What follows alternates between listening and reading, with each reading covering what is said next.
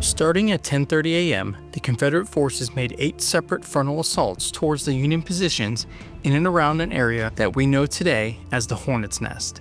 All these attacks were repulsed with high casualties. Seeing that my men were being rapidly shot down and having no reason to believe that we were inflicting equal injury upon the enemy, I gave the order to cease firing and to charge bayonets. Colonel B.L. Hodge, 19th Louisiana Infantry. Following the death of the overall Confederate commander, Albert Sidney Johnston, overall command was given to PGT Beauregard. General Braxton Bragg was now leading the attacks on the Confederate right flank, and Brigadier General Daniel Ruggles was now in command of the center. Ruggles quickly decided to change the strategy from disjointed frontal assaults to massing artillery for a coordinated artillery barrage. Ruggles would direct Captain Francis Shoup to, quote, bring forward all the field guns they could collect. At 4 p.m., Ruggles' massive battery would open fire on the Union positions in the Hornets' Nest. Ready! Fire!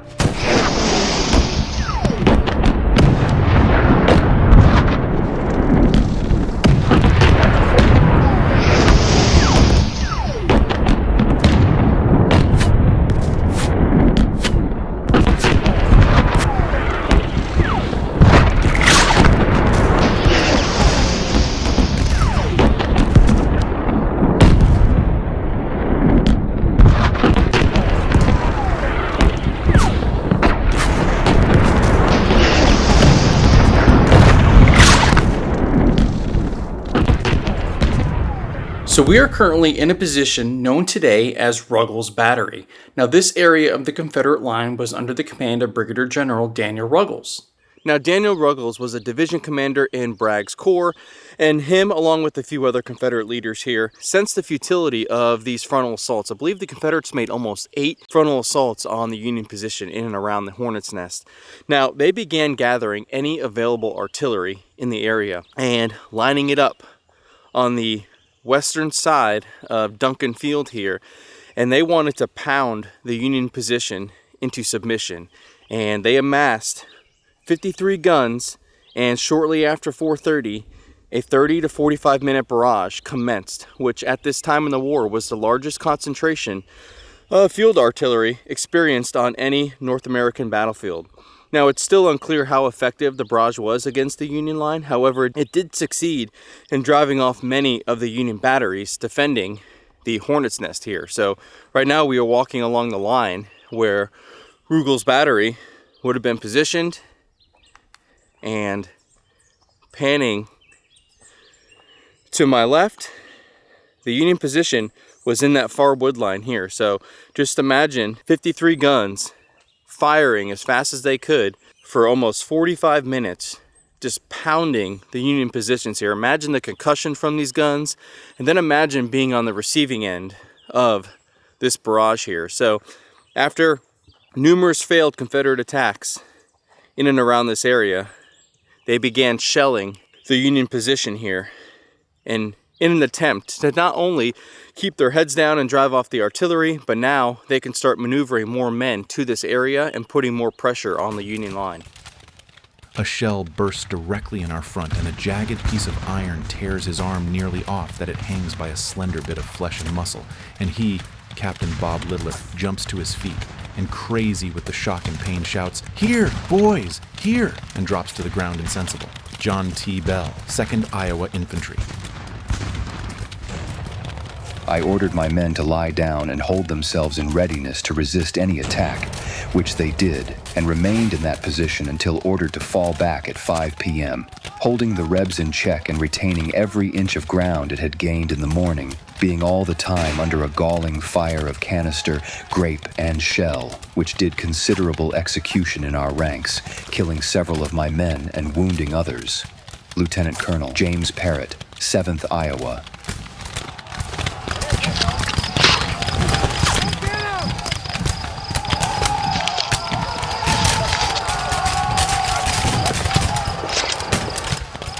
So right now we're in the area where Major General Benjamin Prentiss would rally what was left of his shattered division here. And just to give you an example of just how dire things were for Prentiss here. The 18th Wisconsin barely mustered 200 men in this general area here. Going down to the next unit, 18th Missouri, 100 men left in their regiment here. Now, just to keep you oriented, the Confederates are attacking from this direction directly at us on the camera. And the 12th Michigan. Some of these men were engaged in the early morning action at Fraley Field, and they had 50 men left in their regiment holding this area.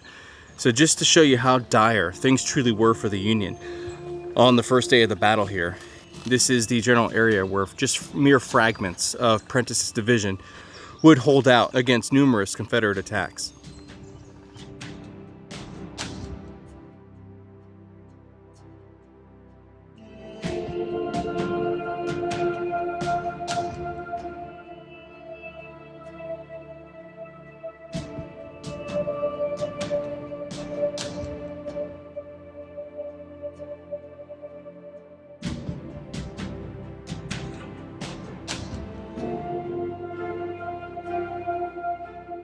Both flanks of the Union line were beginning to collapse.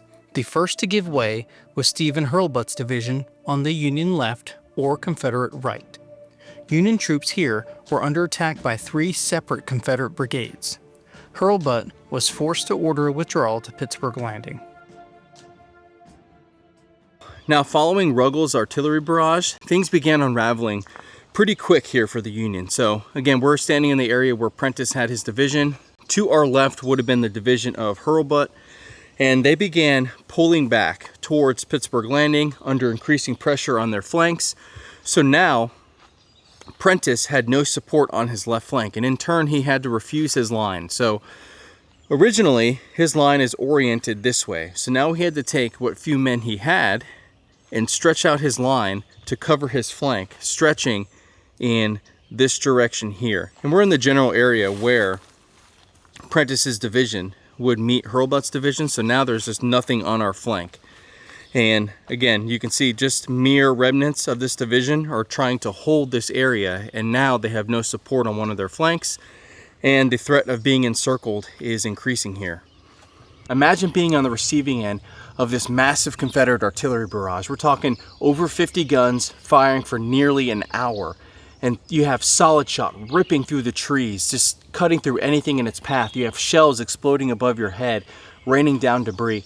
Think about the scene from Band of Brothers when they're in Bastogne. And many of you have seen that. The Germans set their charges to burst above them in the trees, raining down splinters and shrapnel.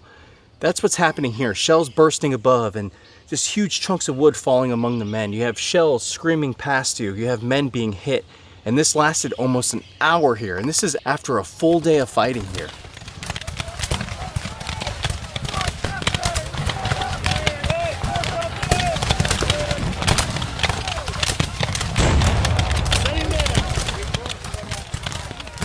So right now we've moved down and we're at the position of the 31st Indiana, which was part of Hurlbut's division. So we were holding the left side of the Union defense here along the sunken road, or the Hornets Nest, whichever you'd like to call it. Now, originally, Hurlbut's division was across the Sarah Bell cotton field, and they were pushed back to the edge of the woodline along the sunken road. And the 31st Indiana played a pretty key role here in the defense. They repelled 4 separate attacks here, and in one of those attacks, they ran out of ammunition, and they had about 30 rounds per man. So think about how much fire this regiment was putting out, where they would run out of ammunition. And the Confederate troops got within about 10 yards of the Union line in this general area here. So they would have been advancing directly at us on the camera. And the men of the 31st Indiana were firing so quick that they ran out of ammunition. Now, luckily for them, there was a short lull in between the attacks, and the 31st was able to resupply and draw fresh ammunition. And during one of those attacks, something that we haven't really mentioned here in Shiloh yet, a brush fire broke out in the area. And think about what would be laying just ahead of us here. You would have had dead and dying Confederate and Union troops in and around this area, and that fire broke out and burned many of the bodies here. So just one of the many horrific scenes unfolding here at Shiloh amongst this terrible fight here. So just imagine these woods just engulfed in flames. You can imagine some of the wounded soldiers trying to get to safety. Maybe they did, maybe they didn't. Maybe some were pulled back to the Union lines. Maybe some Confederate troops came out and pulled some back, but dozens of soldiers would burn alive in these woods before us here. Just a gruesome scene.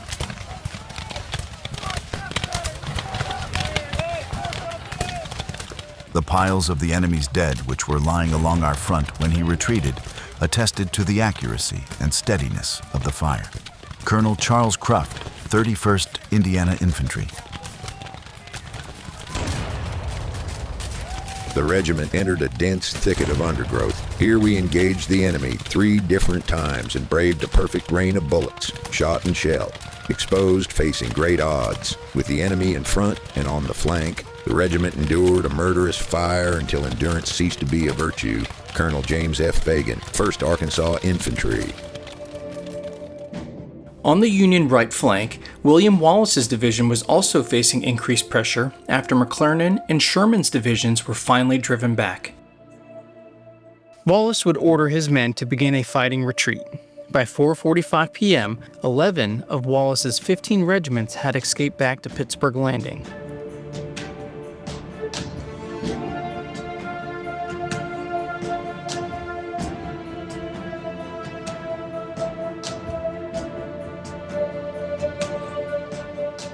So we moved back from the main Union line a tad. So the main Union line was running through this direction here, across the road, and extended beyond this way. Ahead of us would be Duncan Field, and at the far end of Duncan Field you had Ruggles Battery. So around 5 p.m., just after the bombardment, W.H.L. Wallace would receive word that the woods to his right were full of Confederate troops.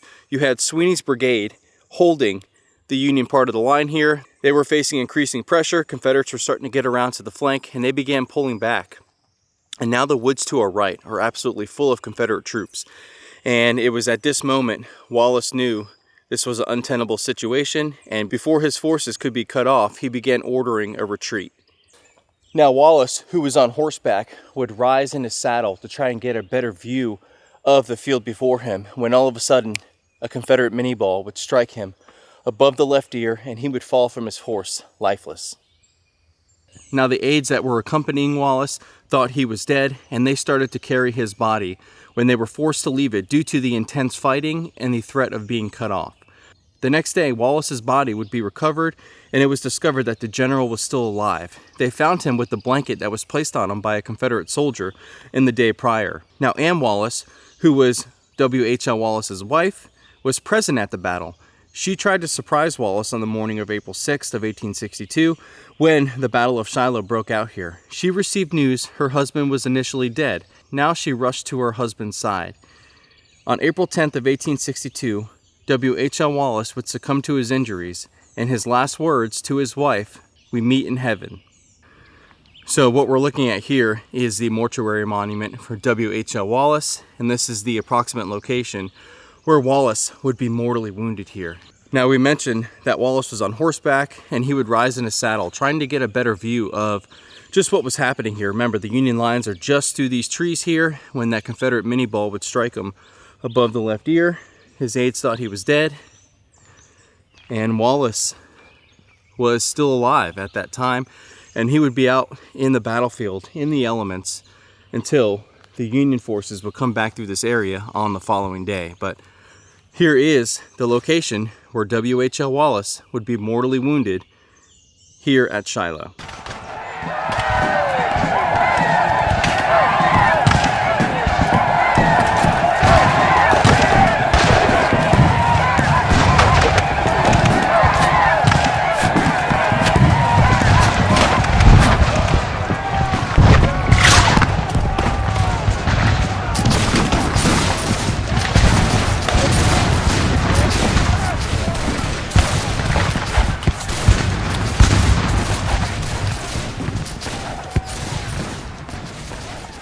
So we have moved back into a place that is called Hell's Hollow. Now the Union line would have been straight ahead about, I would say, around 200 yards. Now, at around 5:30, things were beginning to deteriorate rapidly here for the Union. We mentioned that Confederate troops were now on the flank of W.H.L. Wallace's division, getting ready to encircle the Union troops there. Hurlbut's division has pulled back, and now you have the remnants of Prentice's division, along with the remnants of W.H.L. Wallace's division, pulling back, realizing that they're about to be cut off. And unfortunately for the men that were accompanying Brigadier General Benjamin Prentice, at around 5:30 p.m., over 2,000 Union troops would be completely encircled here, and they would be forced to surrender right here in this general location. Just imagine that. A lot of these men, what was left of Prentice's division, has been fighting since the early morning hours here on April 6th of 1862, and now here it is at 5:30, and they have just gone through some of the most horrific fighting here at Shiloh, and now they're completely encircled, and they are forced to surrender. Wow. Just, this is a pretty powerful spot. Now, obviously, it was too late for a lot of Union troops to try and pull back out of here. They were completely enveloped and they were captured. But there were a handful of Union regiments that literally fought their way out. They were pulling back, and all of a sudden, they're faced with Confederates to their front, to their rear, and both flanks, and they would just lower their muskets and just charge out. And a handful of these regiments were able to make it out of here. But, you know, think about everything these men have gone through up until this point. They have just fought for hours in the Hornets Nest, repelled almost 8 Confederate attacks, and then all of a sudden, you're hit with this massive artillery battery, and then your flanks begin collapsing, and then all of a sudden, before you know it, you're completely enveloped. That's how quick things can change here. And, you know, we're just walking in this area where nearly 2,000 Union soldiers would be forced to surrender. This was a huge moment here for the Confederacy in the Hornets Nest, especially after all the resources they allocated to dislodge the Union from this area. At 5:45 p.m., nearly 2,200 men, including General Prentice, would be surrounded and captured. General Prentice yielded his sword to Colonel William Rankin of the 9th Mississippi. Rankin would be killed the next day.